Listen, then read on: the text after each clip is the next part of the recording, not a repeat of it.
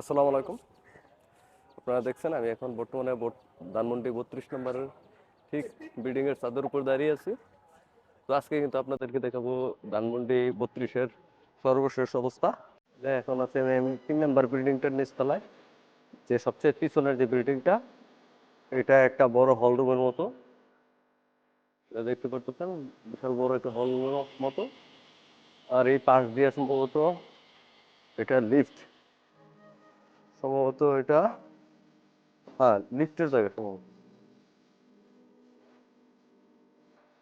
এটা লিফটের জায়গা, কারণ এটা যে স্কোয়ার স্কোয়ার দেখতে বোঝা যায় যে এটা মধ্যে সম্ভবত লিফট ছিল। আর এগুলা সম্ভবত বাথরুম। হ্যাঁ এগুলো বাথরুম।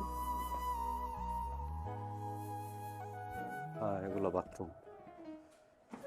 চলুন একটু উপরে যাই, দেখি উপরের কি অবস্থা। তো এখানে আসার আগে আমরা জানতে পারছি যে এখানে আয়নাঘর ছিল, অনেক কিছু ছিল।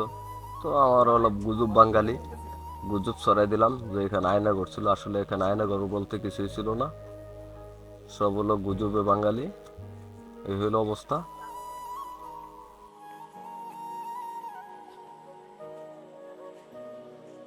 দেখতে পারতেছেন আমি উপরে চলে আসলাম।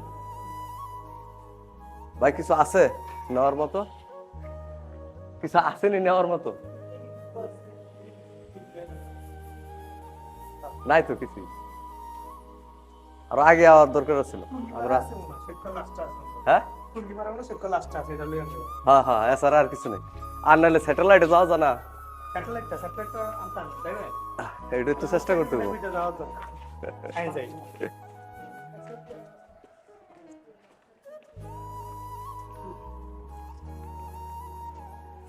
পারলে পাবলিক আরো আগে যেত।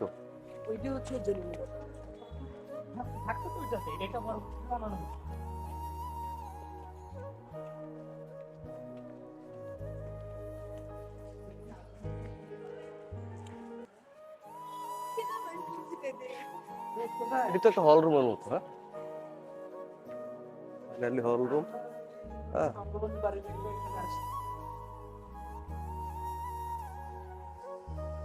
তো এটা সম্ভবত একটা ছাদ ছিল, ছাদটা কিন্তু নেই, দেখতে পারতেছেন। অতি উৎসাহ মানুষ যারা এই বাড়িটা ভাঙচুর করেছেন, তাদের উদ্দেশ্য বলি যে আসলে প্রতিহিংসার রাজনীতি করাটা ঠিক না। কারণ একটা বাড়ি ছিল, এরা তো মানুষ তো আর ছিল না। এই বাড়িটাকে ভেঙে আপনারা কি প্রমাণ করলেন? আপনারা যদি আজকে তাদেরকে ক্ষমা করে দিতেন, হয়তো তারাও কোনোদিন ক্ষমতায় আসলে আপনাদেরকে ক্ষমা করে দিত। যদি কখন কোনোদিন তারা ক্ষমতায় আসে, তখন আপনাদের পরিণতি কি হবে? ইতিহাস কি মোছা যায়? এগুলা করা ভালো না। এই রাজনীতি আমরা চাই না। আমরা চাই সবাই মিলেমিশে থাকি এই বাংলাদেশে। তো আমরা যে সামনের বিল্ডিংটাতে আসছিলাম, আপনাদেরকে এখান থেকে দেখাই। এই যে বিল্ডিংটা, ওটার হলো ছাদ, দেখতে পারতেছেন।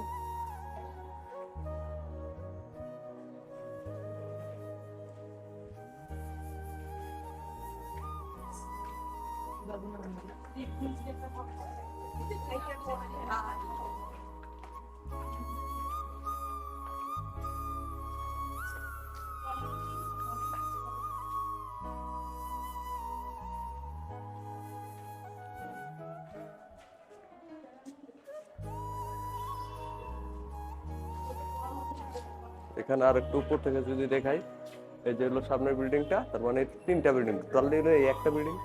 এই পাশে দেখতে পারতেছেন আরেকটা বিল্ডিং, আর আমরা এখন যে এটা দাঁড়িয়ে আছি, এটা একটা বিল্ডিং।